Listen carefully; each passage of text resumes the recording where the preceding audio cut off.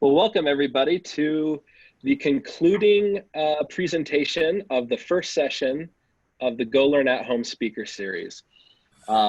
If you are joining us for the first time, it has been a weekly event bringing together trip leaders, Go Learn trip leaders, and anybody who wants to watch, and they give us a rundown of where their research has taken them and where they have led Go Learn trips in the past. It's been a phenomenal series. It's been a wonderful idea from Christoph and the whole Go Learn team. My name is Ben Lineback. I am in the marketing department with continuing education. Go Learn is one of the programs that I work with. It's been my privilege to work with Christoph from my count since about 2012 when Go Learn began. And so you get to know somebody when you work with them, but I thought I would give his wife, Tanya, a call and fill out his biographical sketch to introduce him a little bit better.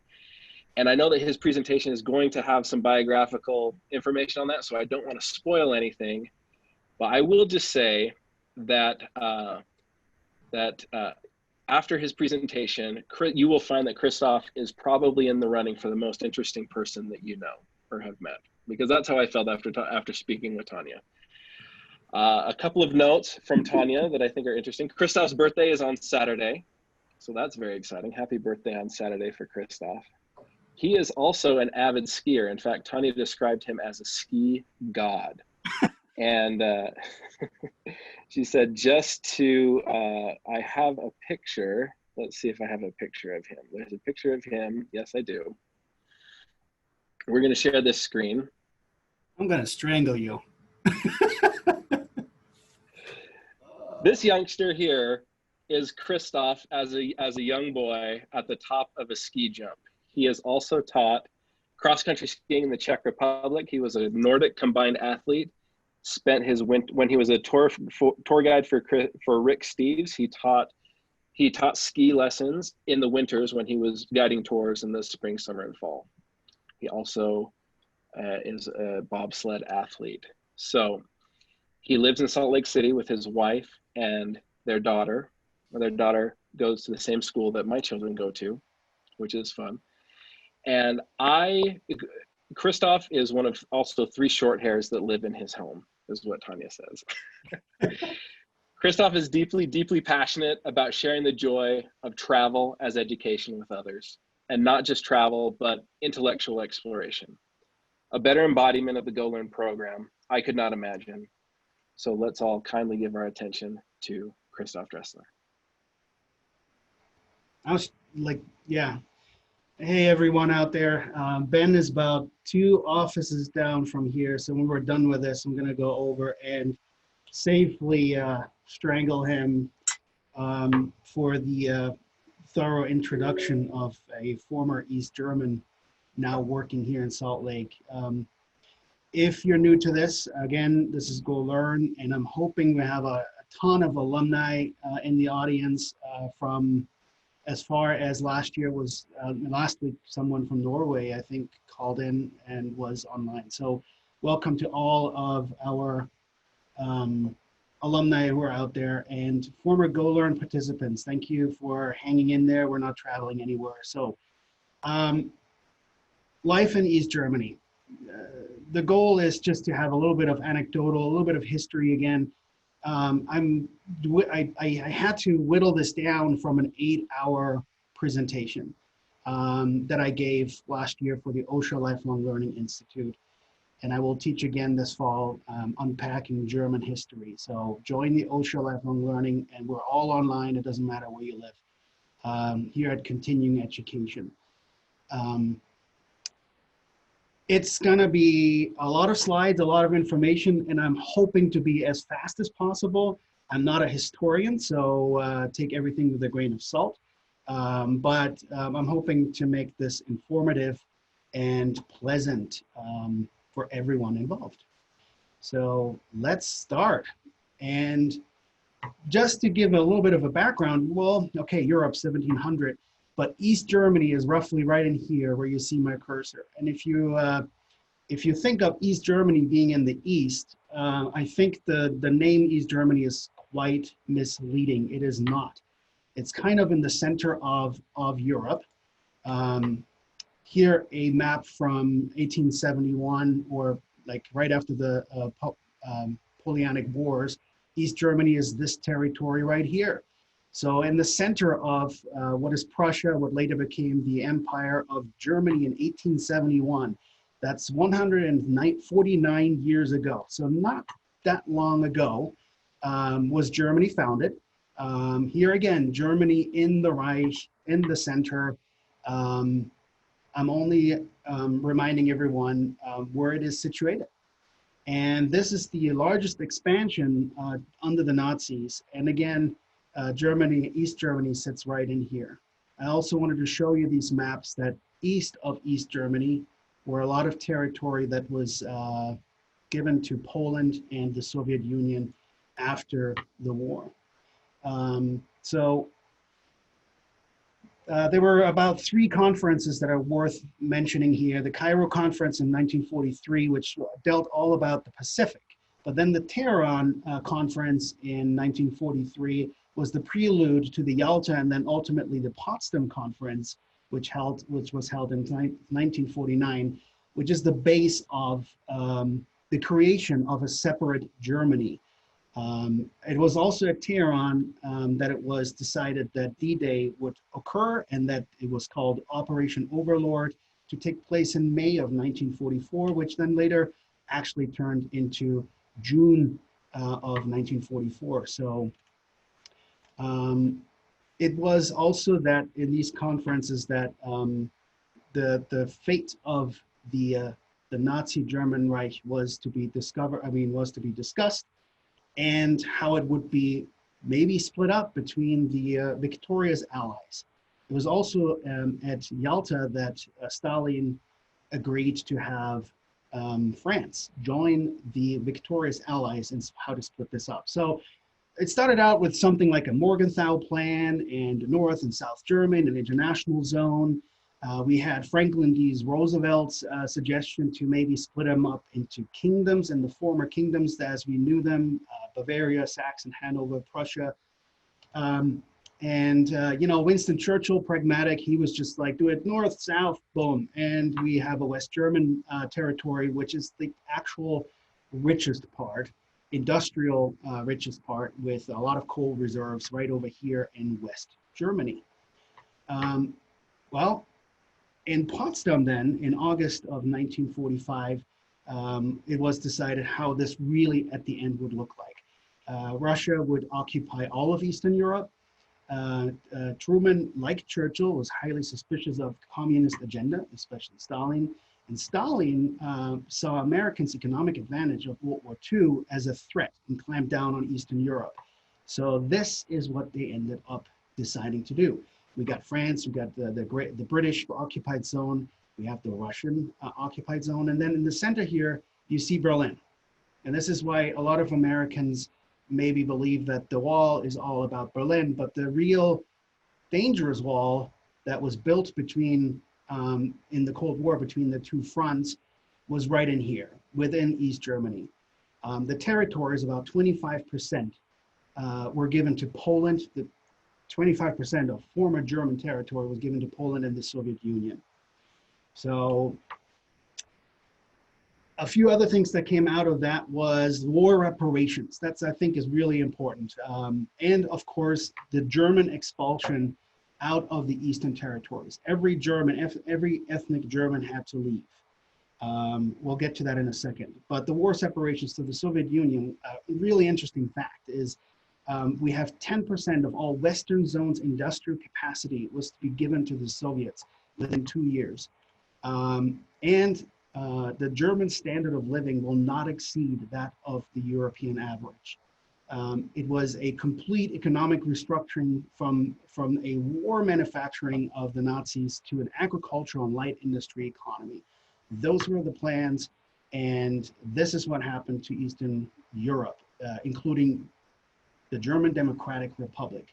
So here we have the different satellite states of the Soviet Union.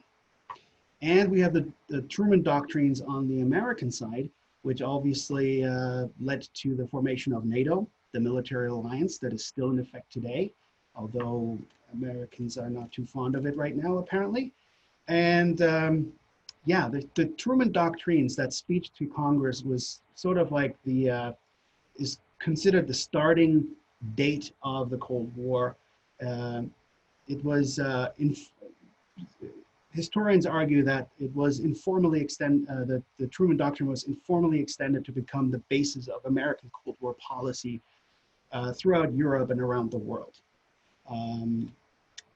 It was, the difference here that is important to us is that the Americans no longer tolerated the expansion of the Soviet Union's realm and started to counter Stalin's and the Soviet Union's attempts to change countries worldwide into communist systems. So base of Cold War. And I did mention all these Germans who had to leave the eastern part of Europe. There were at 12 million, some estimate 14 million ethnic Germans. That is the largest movement of transfer of any single ethnic population in European history, and the largest among the post-war expulsions in Central and Eastern Europe. That expulsion displaced 20 to 31 million people. That's after the war. But 14 million, roughly, Germans were on the move, of which 2 million in that time period perished. So again, that is all the way from here on the right, people were leaving. And at some point, as you saw in the previous slide, certain towns like this one is Bremen, one of the largest harbor cities in Germany, was saying we can no longer take anyone. Migrants stay out.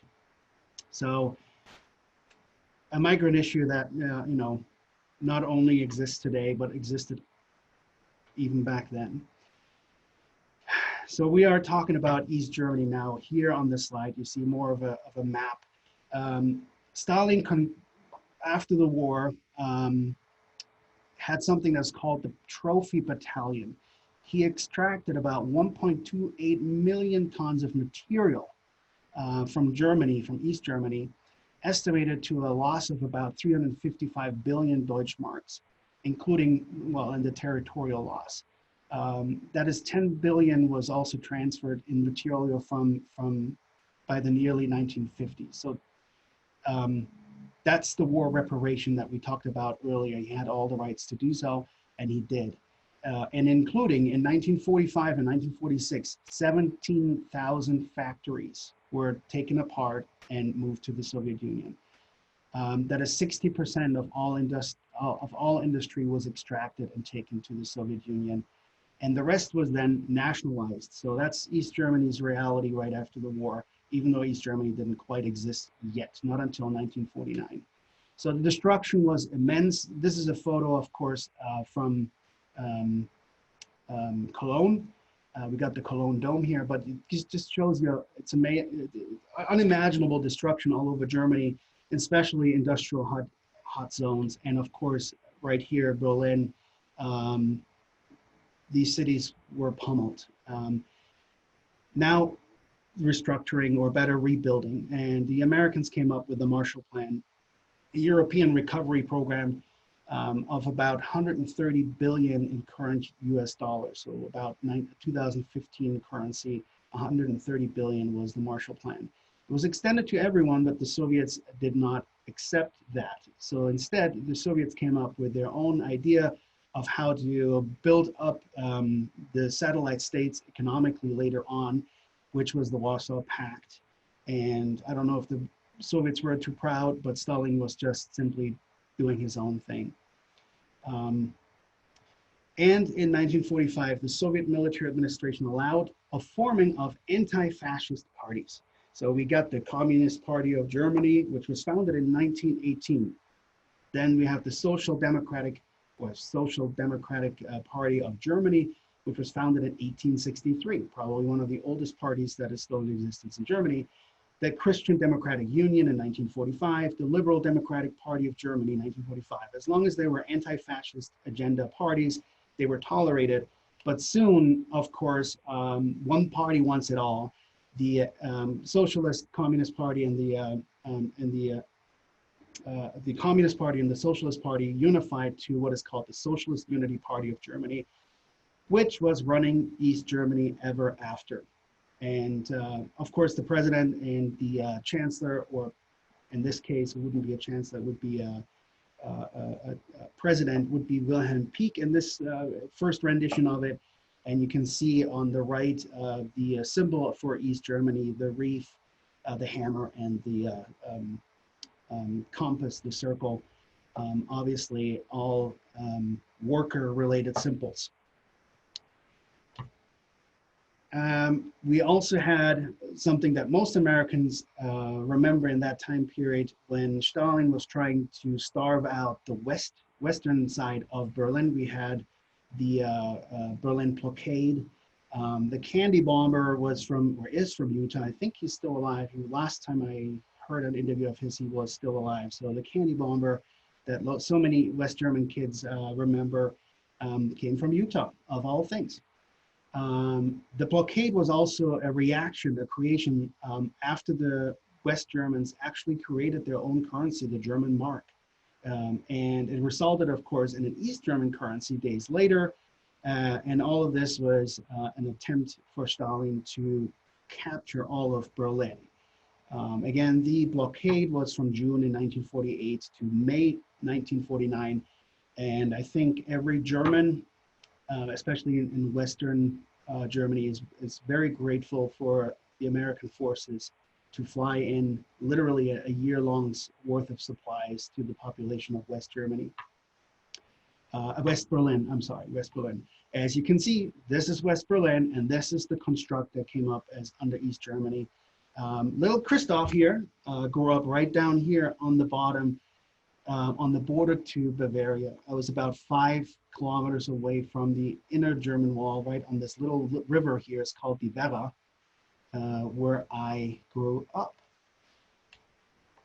Usually I try to explain how this all, how the communist regime sort of is put together, but just in a very quick overview, the citizens sort of have a democratic way of getting a list of a certain number of parliamentarians to be selected, to be sent into the Volkskammer. And then on the other side of the apparatus, only the members of the Socialist Unified Party were able to sort of like name their general secretary. Coincidentally, in East Germany, the head of the state, as well as the general secretary, was always the same. And in this case, it was one of the longest one was Walter Ulbricht. In 1971, he was ousted in the palace coup by Honecker. So most people who are in this room probably remember Honecker. Some of us may not remember this guy, but he lived through almost all of the things that, that are noteworthy. I don't see myself anymore, Ben. Am I still in the chat? Yeah, you're still going. Yep, we're still Can you going. still see me? Mm-hmm. Okay, great. So then I just ignore that I'm no longer visible. That's okay. So Stalin died in 1953.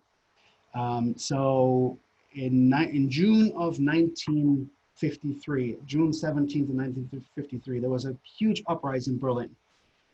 Again, Stalin died, and the new economic direction of trying to get more consumer goods to the people, yet keep production quota high, Ulbricht and his cronies wanted to an even more of a Sovietization. And the quotas were raised, and the workers of Berlin and in other cities rose up against the regime, and 100 people died. It was suppressed by the Volkspolizei and by the Soviet military. The reason why I mention this is this became the West German unification, day of unification. Even though there was no unification, they celebrated this as if East Germany had shed the regime and actually joined Germany again. This changed later, of course, in the 1990s with the actual 3rd of October. But anyway, why do I mention this? My grandfather was in the midst of this as well in Berlin, and I'll get to that in a little bit, but he was probably one of those people fighting the regime at that point in time. So let's talk about the wall. About 7 years later, 3 million people of East Germans had left the state. As of 1990, there were 17 million East Germans. So back in 1960, let's assume there were like 16 or 15 million. 3 million of them just literally left and went to West Germany. There was a huge brain drain because those who left were mostly intellectuals or people of means. So we built a 100-mile anti-fascist protection rampart, as it was called, 13 feet tall, almost immediately overnight on August 13, 1961. It had a 16-foot tank ditch, no man's land of 30 to 160 feet. Berlin had 302 sentry towers. 28 years it was up. I have a lot of more statistics about how many people died, but we had 5,043 successful escapes, of which 565 were border troops themselves. Here an image taken from the Reichstag. If you know a little bit about Berlin, you know where East and West Germany is. Here's the trivia. Up there is the Quadriga, and the horses point to the east. Also, it was very clear that any West German was allowed to approach the wall. You know, all the graffiti is always on the west side, as you know, because the East Germans were really not able to get close to the wall. And in the 1960s, as this goes up, of course, many military people escaped, but it was also the most dangerous time in the existence of the Berlin Wall. Here's 4 generations of the wall itself. In the 1960s, as you can see here, marked by the red dots, this is the death rate and how many people tried, because it was still sort of like manageable, right? But then you go to the 1980s and you look at how much was built and how much was quote unquote improved on the wall, and you realize, yeah, there is no escape, there's no attempt. So the death toll sunk, but also because, well, the detection system was improved. So this is sort of what it looked like from the east. A fence, another fence, signal fences, landmines possibly, if this was not in Berlin. The tank ditch, if you had a truck and we're running this, that was the end of that. And then the actual real wall as we know it, as we all have in our heads. So imagine all this infrastructure had to be put into Berlin. And then there was also, of course, Walter Ulbricht also had to deal in 1961, the Berlin crisis. This was an 11-hour standoff that many of us here who are old enough will remember. And it also marked the point of time in which Kennedy accepted the wall as, quote unquote, the best solution. There was an ultimatum that was set for Americans to demilitarize Berlin by 1960. It was actually an old ultimatum from 1955 under Eisenhower. So they were supposed to meet in Paris in 1960, and something else happened. Gary Powers and his failed U-2 spy flight in 1960 happened. And so therefore Khrushchev was like getting a hardliner point of view. He reinvigorated this whole idea about keeping Berlin under military supervision. And he also probably wanted to test the newly elected President Kennedy, this young kiddo. And then he tested him again in the Cuban Missile Crisis just a year later in 1962. A little view from Checkpoint Charlie. I visited this place quite a bit as a tour guide, and I usually have a lot more statistics on, all the people who have perished on the Berlin Wall. This is an interesting makeshift sort of memorial where it commemorates those who died right next to the Reichstag on West German territory. Even today, you can go there and it's up. There isn't really, as much as I understand, a monument to all those who died. And here you see the statistics at the very end, 872 people died in total. What's What's interesting is that also some Soviet soldiers tried to escape, which is this little statistics right here. I grew up with the Soviet battalion right nearby, near the wall, because I grew up right here in the woods, in the country, in East Germany. And if you got close enough to the wall, then you would be seeing the sentry towers. If you got way too close, you would be shot. Or a dog would come and bite you. Or you would step on a landmine. So this is my family. Yes, that said wife and that said kid that Ben introduced earlier. We are at one of the last remaining stretches of the inner East German wall, right 5 minutes car drive away from my village. So you see on the right here, upper right, this is what we call the Kolonnenweg. It's the actual patrol path. So this would go all along the wall, or better, this wall here. It was removed by about 60 or so feet. And they would patrol this, and there were sentry towers, of course, strategically on hills, and a plethora of detection mechanisms, including this little town here. In this little town, it was constantly under light, even at night. There was always a floodlight, so living in that village was not really pleasant. So let's move on to some of the faces. Here we got the Minister of Staatssicherheit, the Stasi, as we had called it. His name is Erich Mielke, probably the most feared person in East Germany, including some of the Bunds and some of the technocrats and some of the elite in Europe feared him. He had information on practically anyone he ever wanted to have information on in East Germany. This Prussian building here on the lower left is the Hohenschönhausen and prison where political prisoners were held, including my grandpa.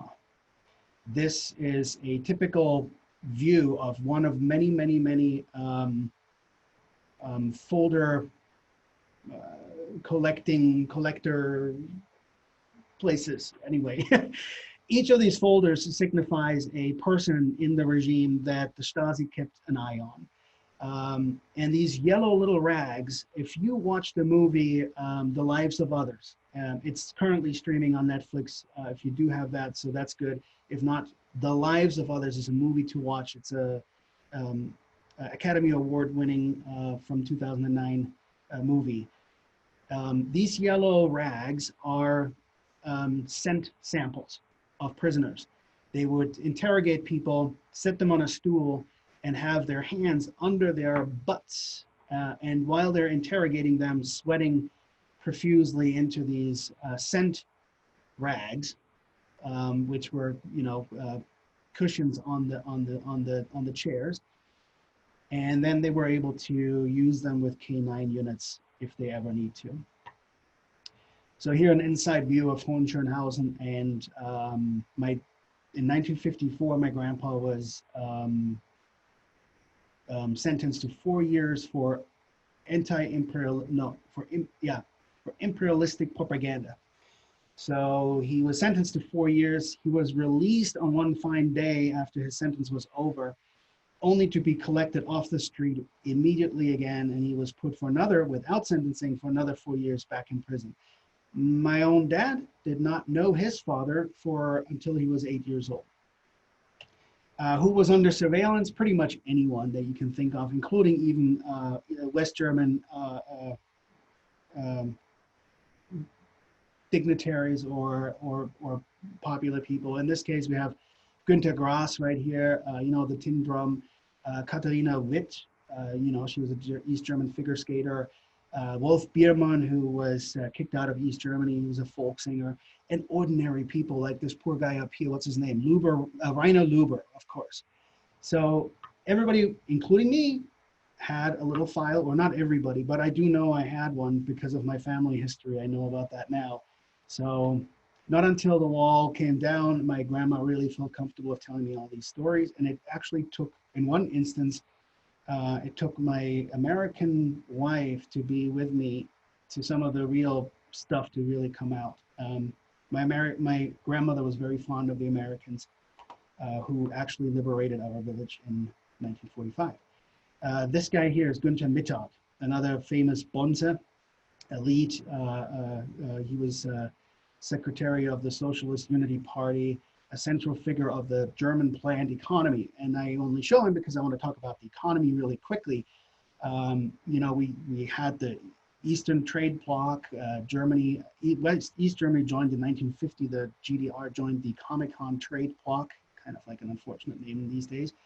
In 1985, collective enterprises earned 96.7% of the national income. So everything was nationalized, 96% at least.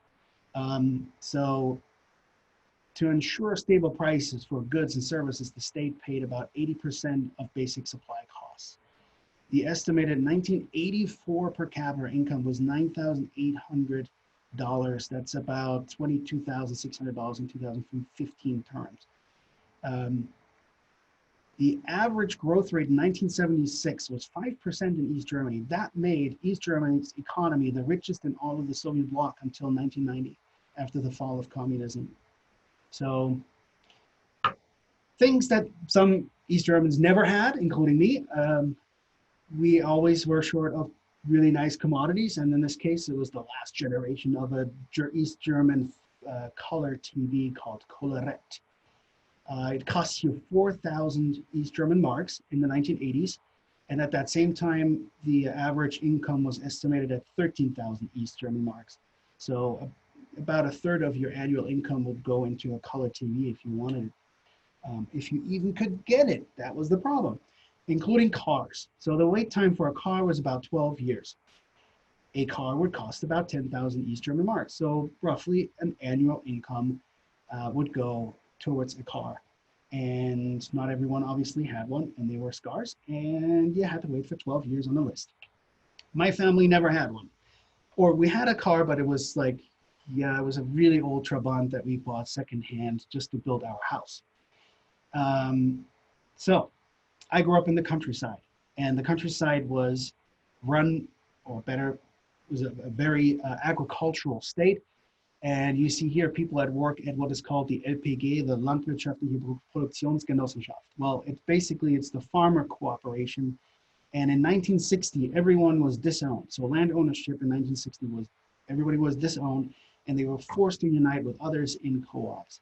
So in the countryside where we grew up, it was a big deal. The co-op was basically our lifeline. This is how we spent our summers. And in harvest time, I would be taken out of school into the field, and I had to collect the potatoes. And if you worked really hard and you worked your butts off and you were good with the Communist Party, you could be sent on a nice company vacation. And that was always something special. My family never did.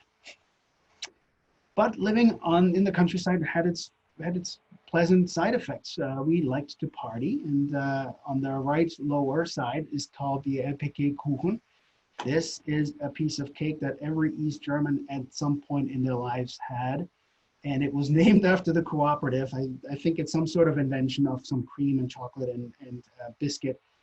But every East German will remember, if just seeing this image, they will remember how this little piece of cake tasted. And life in the countryside was kind of okay and good. And even in today's day, we are celebrating back the good old days and under the communist regime. Kind of funny that we do, but we are proud of that time period as well, and even to have made it through. There were things in East Germany that no East German would ever get their hands on, and I really had no idea growing up that these luxury items did actually exist and were manufactured. Although with the Carl Zeiss lenses, I did know about this because I worked in the factory and I polished these lenses, so I knew a little bit about it. But in complete opposition, these finest products were actually from East Germany. So we got a Glashütte original. This watch will run you about 20,000 US dollars at this point. And the Hunter's rifle from Suhl. Things that just were made for export so that the East Germans would make West German currency. That was very important. Now let's talk a little bit about like some upbringing and how maybe a kid's life would start out. It would start out, in kindergarten, and we'll get to that. But as an institution, one of the first institutional things that you would meet would be the Ernst Thälmann Jungpionier. It's the Young Pioneers. It was named after Ernst Thälmann, who was killed by the Nazis in 1944 at a concentration camp near my home, in fact. And this was the first sort of like, go join go join the scouts sort of thing.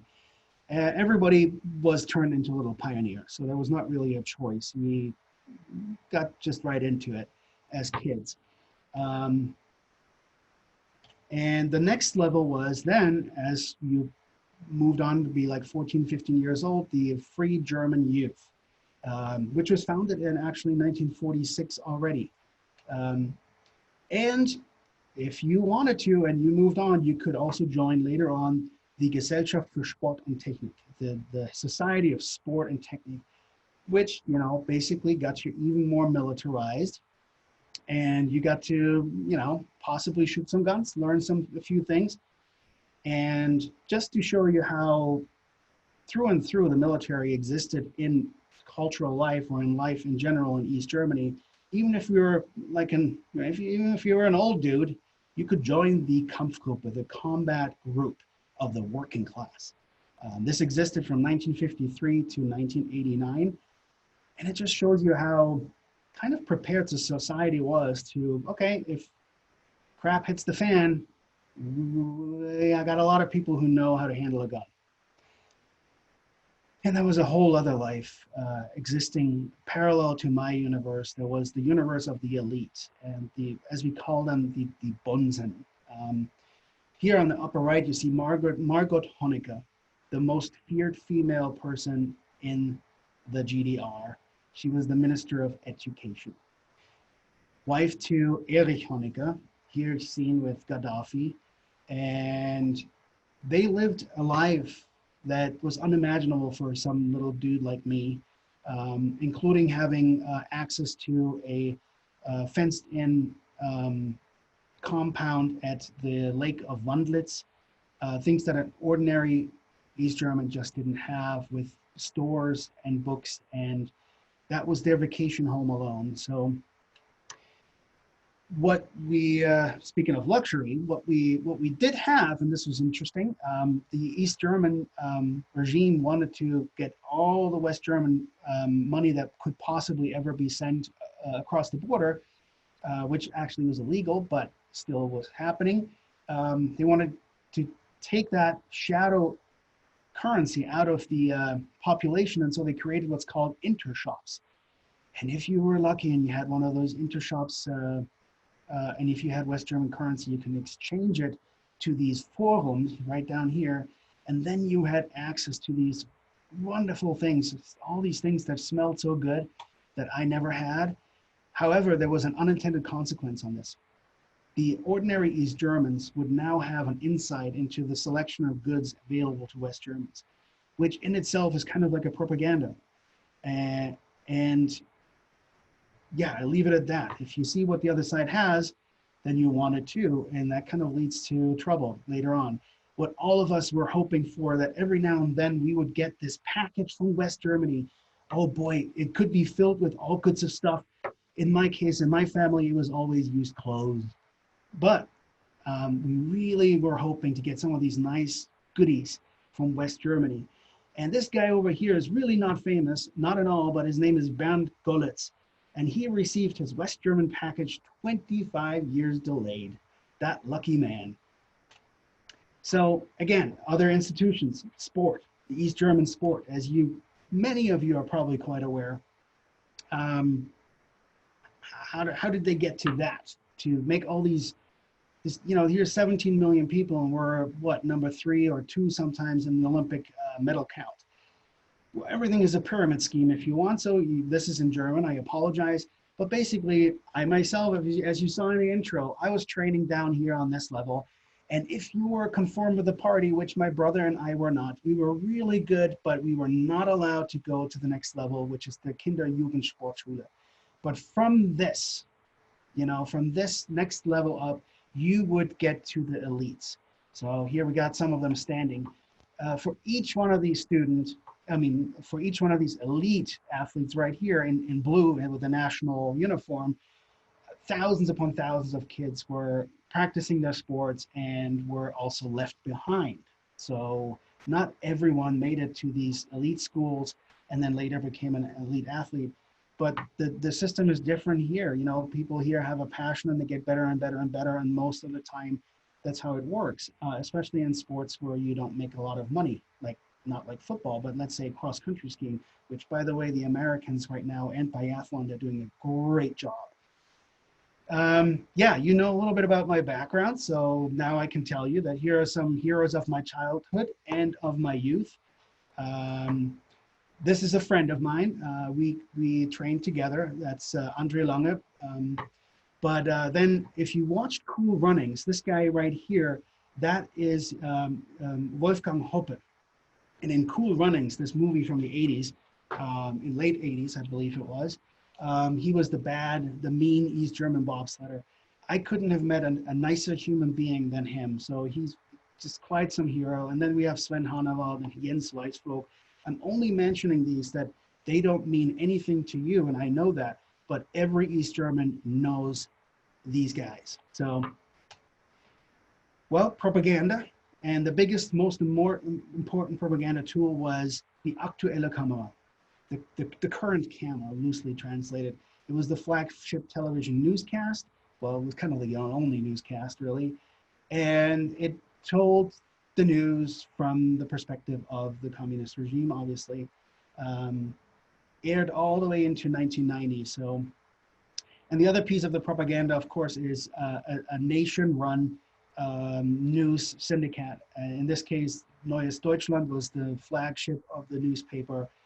Here are some examples. Of course, the heart of the greatest human being has stopped beating. Druge Stalin has perished. So another interesting propaganda thing that I always saw is, and I'll get to that in a second, many East Germans were consuming West German news. And I'll tell you that in a second why and how that happened. But here we got Karl Eduard von Schnitzler. He was a German television counter propagandist. He took the West German news that Germans could have seen just the day before, gave it his spin, and gave it all whole different news statistics. Through news shows like that, I do know of the HIV pandemic in the US, and also of what exact death count New York City had from overdose drug consumption. These things were, of course, always broadcasted to us. All the bad news from America was spun in a way so that we knew how good we have it in East Germany. And now look at this here. These red little dots are just transmitters from West Germany. These are sitting on hills close to the inner German wall. This is West Germany over here. And they would broadcast as far as these blacked out areas. And in case of Dresden, which sits in a valley, we called it das Tal der Ahnungslosen, meaning the valley of the clueless, because they just didn't get all the radio waves from West Germany. But look, I lived that close.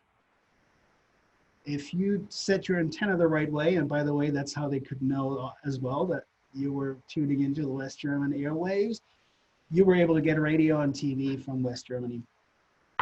So another thing that we now have in common, the East Germans and the Americans, is the profound appreciation of toilet paper. This up there is, yes, indeed, that's not sandpaper, although it felt like it.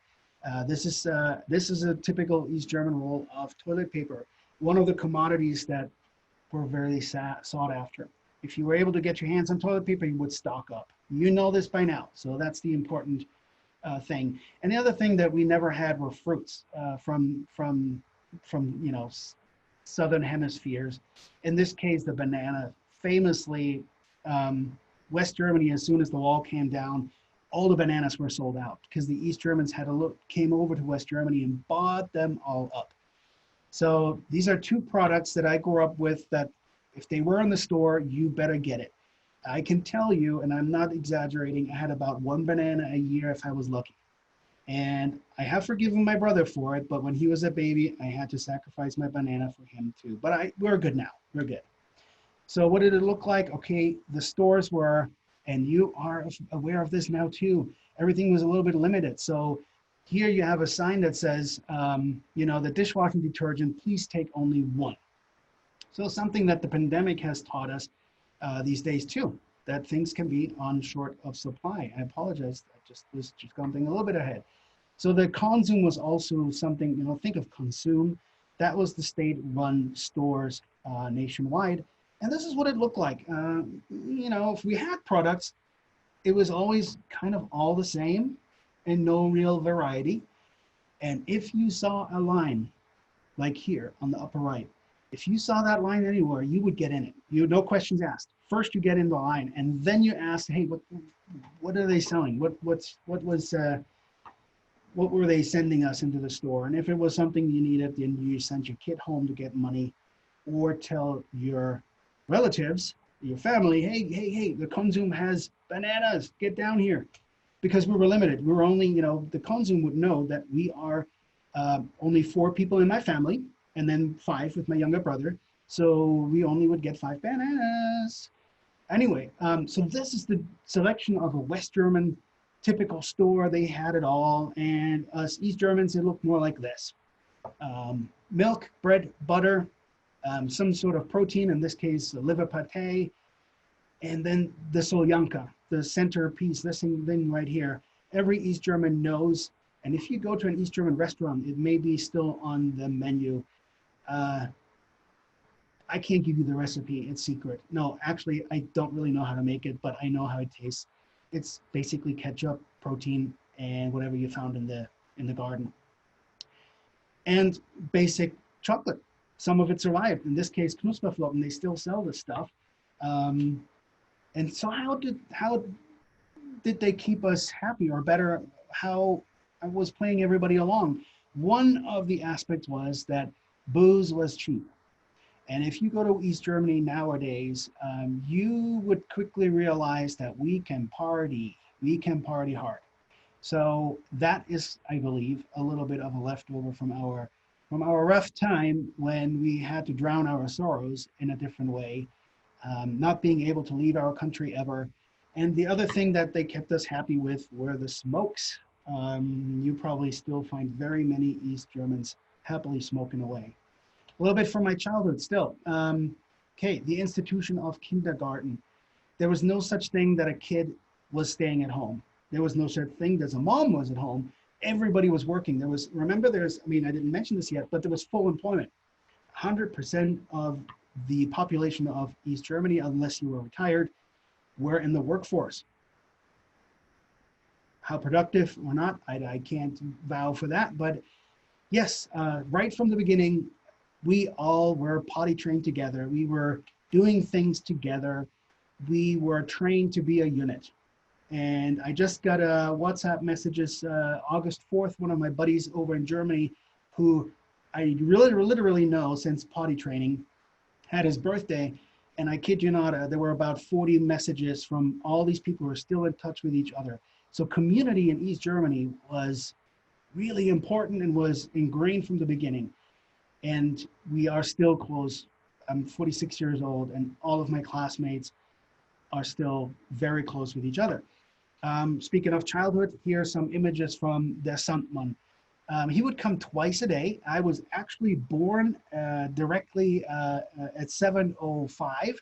I know this so well because my mom was in labor and heard the music, which is, by the way, the most played, I believe that's true, the most, at least in Germany, the most played musical trailer in all of Germany, if not even further, because for like 40 years, twice every night, that music was playing.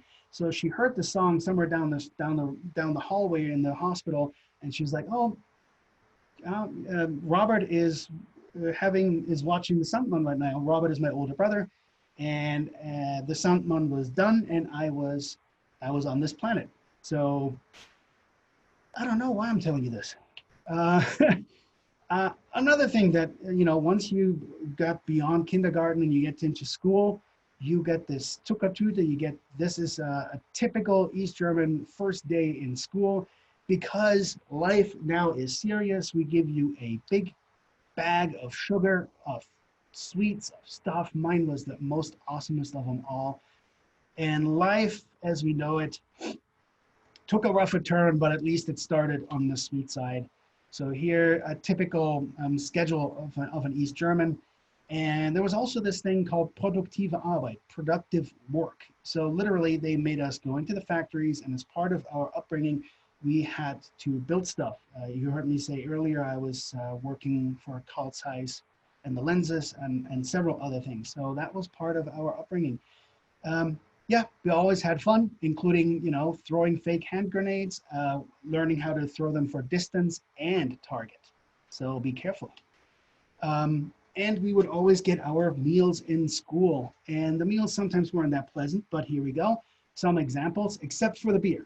Don't count the beer in. But we got baked blood here. We got eggs in mustard sauce. We got eggs in parsley sauce. We got potato pancakes. That was, yeah. And then this nondescript, I can't even tell you, it was ketchup and some sort of Wurst. And again, the LPG Kuchen, I talked about that earlier. Part of my life was also recycling. We had quotas to meet. We had to go through the neighborhood and collect. We had to ring doorbells and ask, do you have any glass? And so we had to bring it back to a joint collecting place. And I'm telling you what, the East Germans really recycled. And I think that's out of necessity because glass could be melted down, paper can be reprinted, it could be made into toilet paper. So we were really urged to recycle, and nothing really got on that front got thrown away. We were always moving and always having sports. A lot of East Germans, at least in their upbringing, were quite fit. I can't vouch for that these days anymore, but back in the 80s, you would probably have an average school population being very fit. And this is a typical school situation, as I always lived through the Pledge of Allegiance, Fahnenappell. And then there was this thing, we created, you know, there was the confirmation, the Protestant church coming of age. And the communists had to sort of come up with their own coming of age story. So they created the confirmation, they created this, the Jugendweihe, the youth, I don't know, the youth something. I can't translate that one. But we were celebrating our youth in a way. So we got a fantastic book, which will tell us exactly how our communist life should be. And we dressed up in funky, awesome, in the 80s clothes and celebrated our lives. The best thing for those who did that was that we get some money. I, for my part, never in my life held a 500 and a 200 East German mark in my hand, ever. That was just out of my reach. But if we were lucky and we got some money out of this Jugendweihe or confirmation, we were able to buy ourselves a little piece of luxury. The most iconic one, of course, everybody wanted it, was a moped. Here's some East German production lines that I definitely know how to ride. And then the SKA 700, the latest model of the 80s boombox, East German. This is what we used to record West German radio waves. And God, I hope the DJ wasn't talking during the song, because I was putting the record, hitting the record button on it. Well, and you had to make a choice sometimes, sadly. Are you following the communist life, or are you when you're talking about confirmation or Jugendweihe? And many of us had to make that choice. Are we conform, or are we joining the church? And some of us were able to make the split and live both ways. So speaking of religion, that is actually my church in my little hometown. This is from the 16th century. And so church, as I grew up, was something we did, but we didn't practice. I don't know how to describe this, but most East Germans would agree that they're not very religious. But in my village, it was most certain something that I did. I went to school, to church. And so including, because of my grandparents. So anyway, if you look at the statistics, what religion turned into since, the 1950s to 1989, you see that the official count of Protestants went way down to 25%. The unaffiliated, the non-religious sector grew to 70%. And the Catholics, much to my surprise, my other grandma was a Catholic, she 5%. Religion was tolerated. Here you got President Monson in Freiburg in 1982. Yes, we have a temple in, I think it was the largest temple outside of Utah at some given point of time, outside of the US. We also had other people join us here in 1987. Cardinal Ratzinger came just to touch base with the Catholic, even though it's a small population. And here we got Jean-Paul, the Pope, with Erich Honecker. And, for most parts, people associated long-haired hippies with the church. And I'm mentioning the church because this comes through when we're talking about their unification. The church was instrumental. Even though 70% say they were unaffiliated, the church was instrumental in bringing down the Berlin Wall. But that later.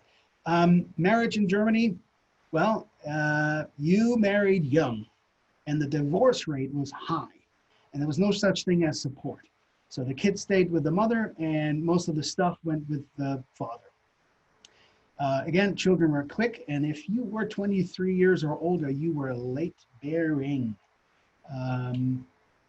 What about prostitution? It was outlawed in 1968. It was not part of the socialist norm. And between each other, for East German marks, there wasn't really a financial need. The marks couldn't buy you anything anyway. You would have to accrue so much of it to make a difference. So prostitution really didn't have a stronghold in the population as much as I know. It was kind of tolerated in international hotels, especially in big fairs, and they were under surveillance, and it was often used by the Stasi. So not to dwell on prostitution too much. So if prostitution wasn't a big thing, sex and free body culture, as we call it, was very liberal. And even today, if you go to East Germany and you're not paying attention on which beach you're going, because there are signs, if you don't pay attention, like my wife and I, you find yourself on a free body culture beach, and you better participate because you get the stink eye. So yes, the East Germans are much more open and free when it comes to showing their bodies. Too much information. On culture, that always varied from year to year, but depending on political and historical events taking place, it was a complex relationship between artists and the state, between oppositional and conformist art. And yes, we were much under surveillance. I don't know why I have this picture of Indians in here, but I can tell you that if you go to the Utah deserts and you find a German, ask him if he grew up in East Germany or West Germany.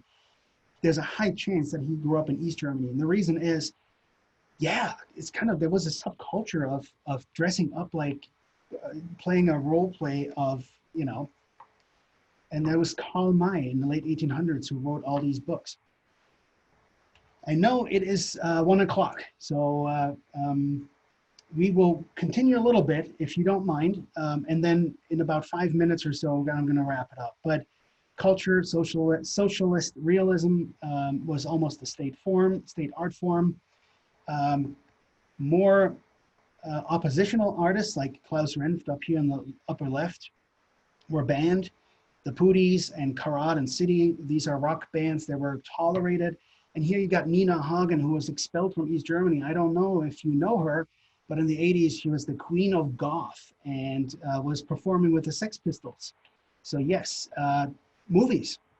We were not allowed to watch Grease, for instance, but One Flew Over the Cuckoo's Nest was allowed. So regime-critical Western movies could have made it into the movie theaters. There was the National Volksarmee that my dad was part of for 3 years. That was not a fun club, I tell you that. Those 3 years were really hard. And yeah, I remember my parents, my mom, fixing up,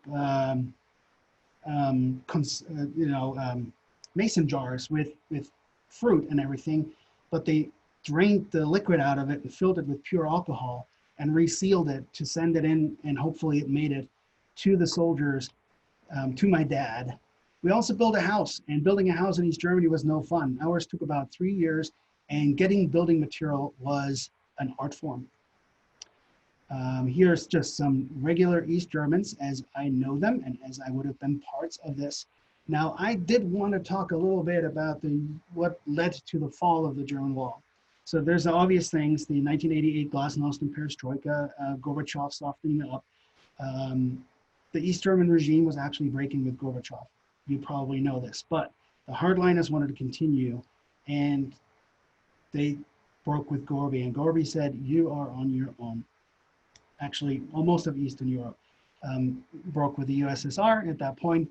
Hungary turns into the Green Border. I don't know if you remember that, but in 1989, throughout the summer, the Hungarians opened the border and let people through. East Germans were in the embassy of Prague, if you remember that. It became a humanitarian crisis because so many East Germans jumped the fence into the embassy in Prague to declare asylum, to seek asylum. And then the Monday demonstrations, really important. These are spreading from Leipzig into all over East Germany, and it all started at churches for most parts. Gunther Schabowski making the mistake of his life. Do you remember this name? Probably not, but Gunther Schabowski was one of those apparatchik, and he was the spokesperson of the East German government. And in November 9, 1989, he made the mistake of announcing the wall coming down. Now, this is at the border. Here we go. I don't know if you remember these, but about 600 to 700 East German citizens were running away from the state, and it turned into a crisis, including what we already said right here in Prague, the embassy crisis. I'm flying through this really quick because I want to get to the fall of the Berlin Wall. This is in Leipzig, ground zero of the Monday demonstrations. The Monday demonstrations took place, as it says, on a Monday, always in churches, and these German dates you have to read the other way around. So this is September, so 4th of September, about 1,200 joined, and they were trying to, these are arrests. So the East German government tried to rein this in, but the numbers kept going up, and it's a miracle that no gunfire was shot. And yet there were Stasi officers all over in the crowd. And there's only one way to explain this, and that is because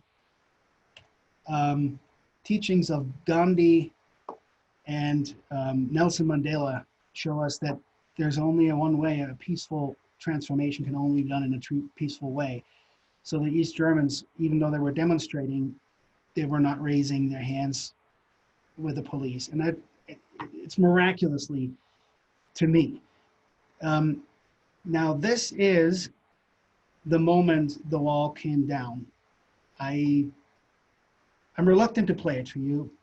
It's a 2-minute thing, but let me just jump forward. But let me explain what happened in that moment. Gunther Schabowski, there was an infight with Honecker. Erich Krenz was supposed to take over, and Gunther Schabowski came back from his vacationing. There he is, that's him. And a miraculous note that was in his hand said that with some sort of limitation, the East Germans could freely travel to West Germany. And an Italian journalist asked, well, when does that happen? And this guy, Gunther Schabowski, said, well, as far as I'm concerned, immediately. Well, that meant that that night, people started to go to Checkpoint Charlie and other places. And the real hot zone was at Bornholmer Straße, which is a northeastern checkpoint, famous for some movies, famous bridges there. Bridge of Spies, I think it was, right, with Tom Hanks. Anyway, Gunther Schabowski says, yeah, as far as I'm concerned, immediately. So then 20,000 people showed up at Bornholmer Straße, and at some point during that night, they could no longer hold it back. So I'm thinking of concluding this. This was the end, by the way, of these two guides. And this was the next one taking the realm on the East German Communist Front. He promised free elections, which he said, he claimed the elections were always free. It backfired on him, and that was the end of the East German the Communist Party and the East German regime. I think we're going to talk a little bit more in our chat and comment, but I was going to take this a little bit further of what the reunification meant, but I'm going to finish right here. Let me maybe, before Ben gets us back on, I'm going to play this for those who are still here with us, and then we'll get to the questions and answers. Wait, that did not work the way I planned. Ja. Privatreisen nach dem Ausland können ohne Vorliegen von Voraussetzungen, Reiseanlässe und Verwandtschaftsverhältnisse beantragt werden. Genehmigung werden kurzfristig erteilt.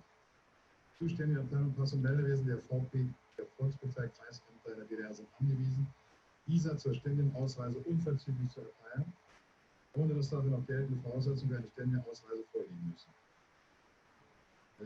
Ständige Ausreisen können über alle Grenzübergangsstellen der DDR. Now watch the journalists. Damit entfällt die vorübergehende ermöglichte Erteilung von entsprechenden Genehmigungen Auslandsvertretungen. Look at their faces. Beziehungsweise die ständige Ausreise mit dem Personalausweis der DDR über Drittstaaten. Die Passfrage. He's promising free travel for East Germans. Also damit jeder im Besitz eines Passes überhaupt erstmal ausgegeben werden. Wir wollten aber sicherlich andere gesagt. And this is the question, when? Immediately, right now. So, let's finish right here. Ben, I can't see myself, so I have to trust that I'm still in the chat.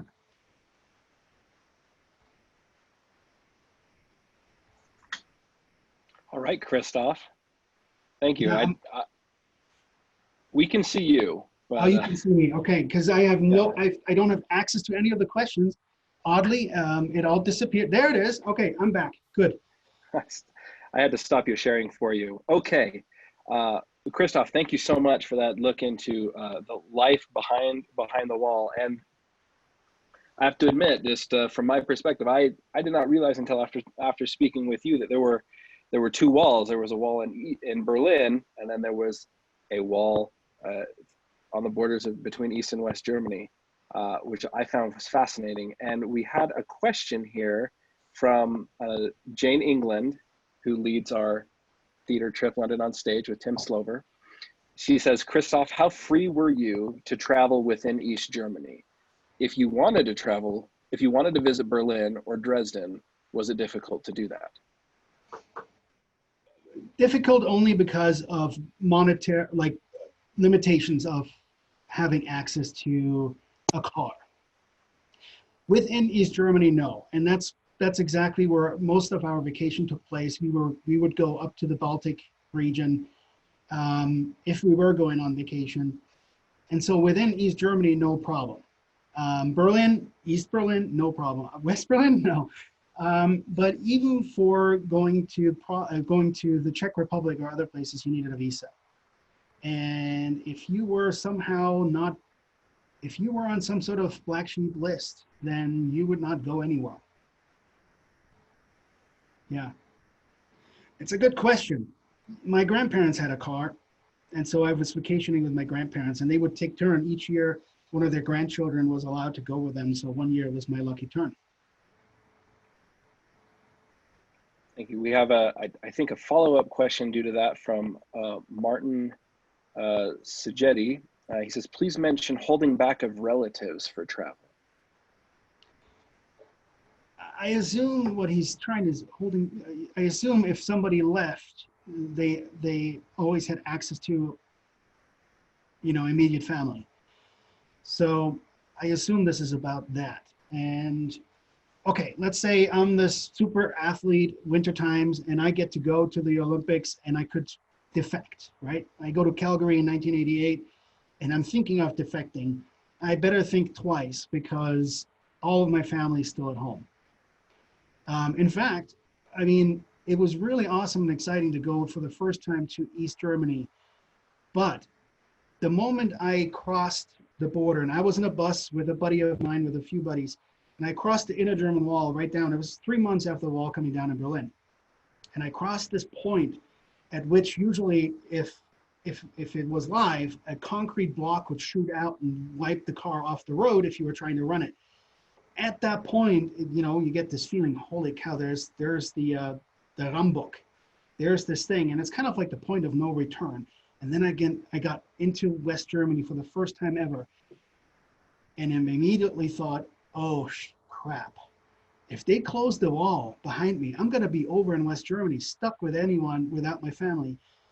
As exciting as it was, and as awesome as it was, and as amazing it was to go to Coburg, that was my first visit to West Germany, Coburg, famous for Prince Albert. As awesome as it was to be in that medieval town and everybody spoke my dialect that I didn't know would exist, I was worried about getting stuck over there, that the wall would be put up again. It had not sunk in that this is forever. That's game over, that the wall is down. It was just so ingrained in me. I was so worried and relieved to be back after having a good day in Coburg and drinking some beers. But hey, 14 years old, you know, you could do these things in Germany, no problem. They would hand you a beer. A few comments from the Q&A. Kent says, Christoph, what a nice comprehensive overview in 1 hour's time. You have whetted my appetite to take your course this fall. Oh, wow. Thanks, Kent. It was hard for me to do. As you saw, there were many slides. I almost wanted to linger on and talk more, but it's hard to understand what went down in Germany without understanding so many other things of German history. So I at least wanted to give a sense for those who are out there who always grew up with the fact that East Germany is east of Germany, when the historic reality is it's kind of center of a historic kind of Germany. So yeah. We just have another part of the Soviet bloc.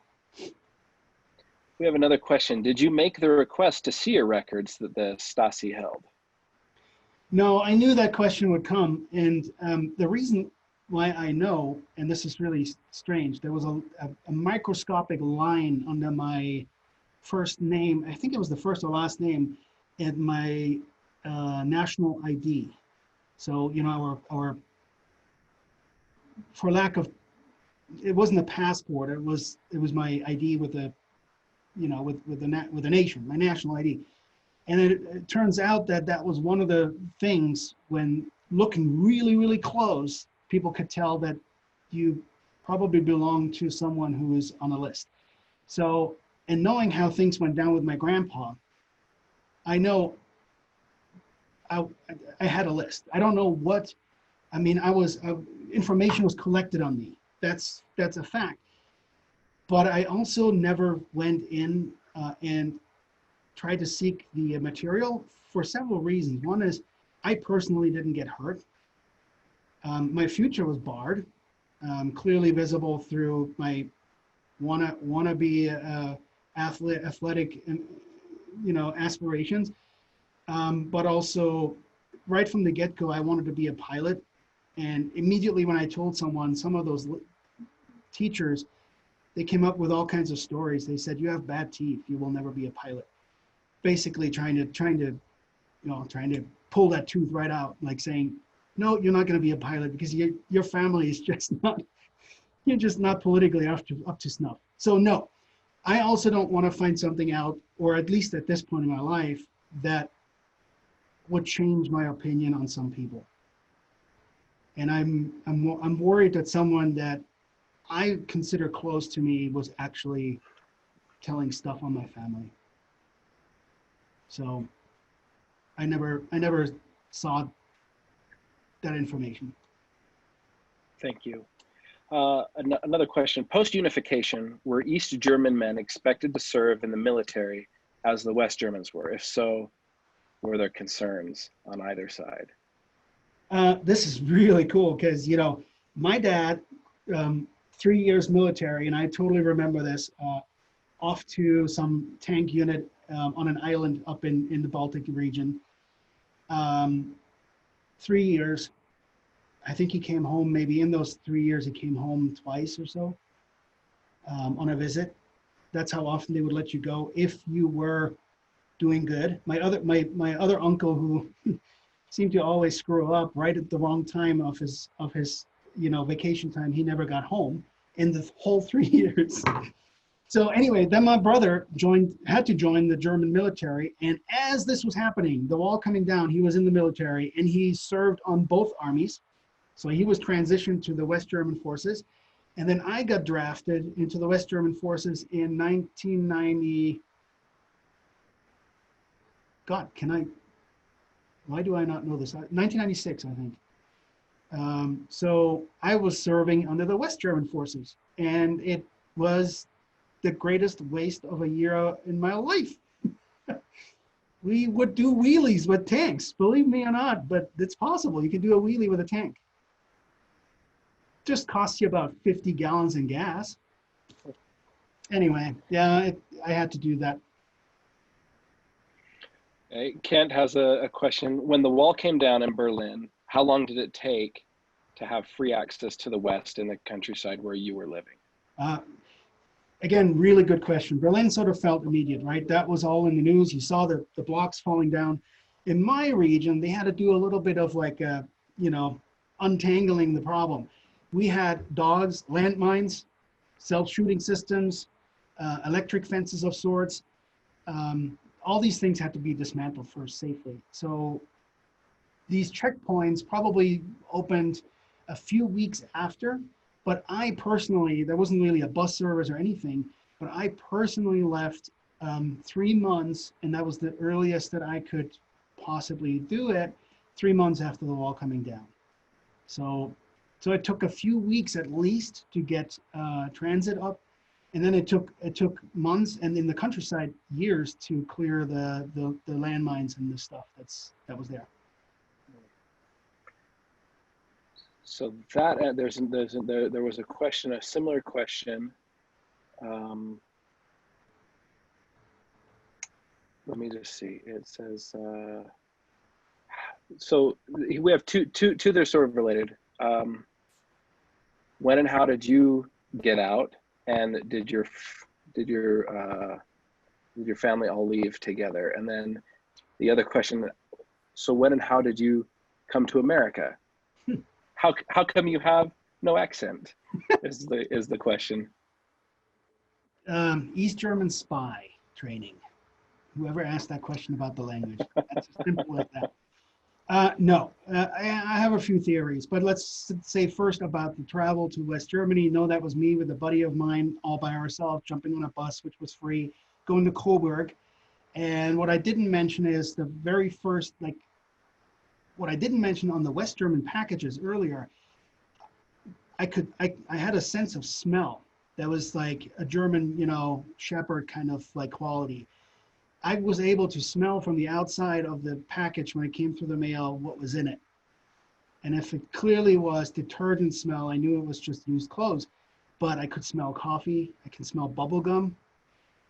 And you have a heightened sense, if you don't have that sort of stuff, you have a heightened sense for that. So going over to East Germany, the colors were bright and in my face, like we didn't have all these nice marketing sort of color schemes. And then the smell. I could walk by any shop in Coburg and I knew what they were selling inside.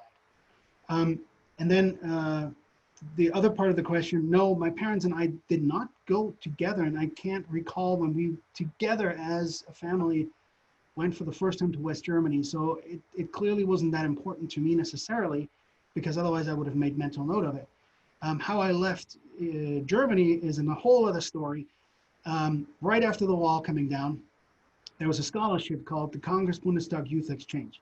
Anyone out there, by the way, I want to do a shout out to that. If you have a 17-year-old right now at home in Germany, that Congress Bundestag Exchange program still exists. It's relatively easy to get for Americans because so little American junior, senior high school students want to leave. But you get 1 year of a scholarship and you go to this country and you get to stay and actually go to school. That's what I did. I applied for this. I don't know how, but I was one of 100 first East Germans to get that scholarship and to be in the US. That was in 1991, 92. So I went to New Hampshire and I went to high school in New Hampshire for 1 year. I spoke no English, but I grew up with High German and dialect. and having still be some, youthful brain, and me wanting to talk a lot, as you can tell, I kind of picked up the English language relatively fast, I guess. And then it's years of reading books and staying with it. Yeah. But it's never too learn to learn a language. Lifelong Learning has a great language classes, guys. A fun one. How realistic were films such as Untitled and Goodbye Lenin to your experience? What was the first one? I'm sure I'm not pronouncing it correctly. Untitled. That's it. Untitled. I've watched the beginning of that one, so I mean, it's fun. Yes, in short, they were accurate. Obviously, they were on the light side of things. Certain things we may not have had, and it may have been a little bit of an exaggeration. But on the same token, yeah, they're comedies, so you have to take it like that. Again, the real movie that I encourage, and these are two great movies, and it's great to enter the subject matter on a light note and learn some of this. And Goodbye Lenin especially, where the mom is like, I think an apparatchik or a teacher, I think, or something, and she falls into a coma, and she wakes up after the wall coming down, and the doctors think, yeah. You know what? A lot of East Germans had a hard time waking up. That's true.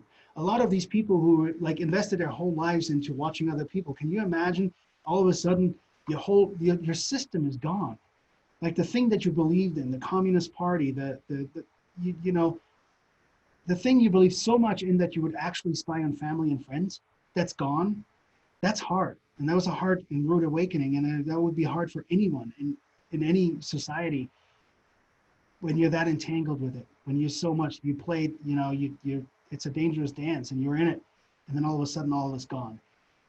Watch The Lives of Others.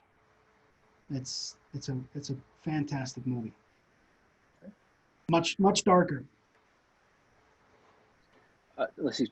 Travis says, I've seen the Berlin Wall and it was so interesting and educational. Are there places in the rural areas where you can see some of the barriers or walls in the countryside? And he's looking forward to traveling there. Maybe would like some tips. Yeah. So Trevor, there's a beautiful town in West Germany, and it's called Coburg, which has probably all the infrastructure, but there's tons of little hotels or pensions that you could do. One of the stretches that I do know, and there are several, but one that's really actual, no museum and no, it's just there and it's raw, is the slide that I showed you, which is right on the border between Bavaria and Germany, where I grew up. Little tiny towns out there, but a town called Schalkau is nearby, and on the West German side, it's Coburg. So that's a great area to visit, period, because it's an underappreciated area of Germany. Everybody goes to the Alps or goes to some other fancy place. They want to see the Munich, what is it called? The beer fest, the Oktoberfest, but the heart of Germany on that border, that's really cool. And then there's an open air museum just north of that too. Is it Schaffenhausen, I think, something like that. If you Google it, you will probably find it. And they have all the apparatuses still. They have the cars, they have, in my region, there's also a tower you can visit. So yeah, there are places right along the border that you can still visit. God, that was a long-winded way to say yes, that's a possibility. Okay, we have a request to talk about the ups and downs of reunification. Boy, yeah, I missed 1 year of it, right? 91, 92, when I was in West Germany, when I was in America. One of my last slides that I had was these two guides building the wall back up. It's a comic. But it shows exactly that the wall in the people's mind is sometimes still there. I also had all these statistics. I'm telling you how many billion it took. I think it was about an annual price tag of 10 billion or something like that. The price tag was really, really high. And they also increased the taxes on every citizen, called the social tax, which was supposed to pay for the unification. Immense amount of money invested into the East German infrastructure, so much so that some parts of East Germany are now the leading places of technology and innovation. So there was a steep price tag. I don't know how the Germans did it, the West Germans and collectively. And I can only say to any German who's out there listening, you know, that's something to be proud of. You know, they all complain, oh, it was better under communism. There's a ton of people who say, oh, it was so much nicer because the community is gone. You know, money is more worth now than this community that used to be like the barter system. If you ever grew up in a barter system, or if you ever functioned in a barter system, you realize how important it is to keep the peace, how important it is to be nice, how important it is to have certain savings or certain stash of things that you then kind of like move around. And it's a very social interaction on a very economic type of level. And that's all gone. And everything that now you can do is you pay for everything. But in order to pay for it, you have to work your butt off. And so this whole concept of the leisurely living in East Germany and enjoying a good smoke and a good beer, it's kind of a little bit gone. We're holding on to it a little bit, but it's definitely, life has changed. Well, let's, I'm not sure what we have. We have a couple more, but whatever your temperament is, I think maybe let's end on these two. One is from Antonio. He wonders why Dresden was rebuilt with such gloomy architecture. He visited in 2015, and that seems to be a takeaway for him. Okay, Dresden, you guys, firebombing, end of war, 1945. I don't have all the statistics on how many people died and all whatever, but you'll remember the tragedy. The whole city was leveled. The interior city was practically gone. A few of the cultural sites survived. The question is, when was it rebuilt, right? And so the architecture of the 1950s and 60s were not pleasant to the eye, at least of the eye of the beholder today. So yes, everything, and it was also a matter of like how quickly or how economically can we do this? So these big 1960s era, we call them Plattenbau, pre-manufactured huge high-rises in which people lived like rabbits, you know. Yes, they went up everywhere, and this city needed housing, needed places, so they built it up in that style. And yes, it's I agree with Antonio, it's really not pleasant to the eye. But Antonio, if you ever return to Dresden now, holy cow, have they done a great job. I don't know when you went, but even over the last 10 years, Dresden is worth a visit. Yeah. Go to the Albertina Museum, go to the Green Vault, obviously. Did you hear about that, by the way? They got robbed.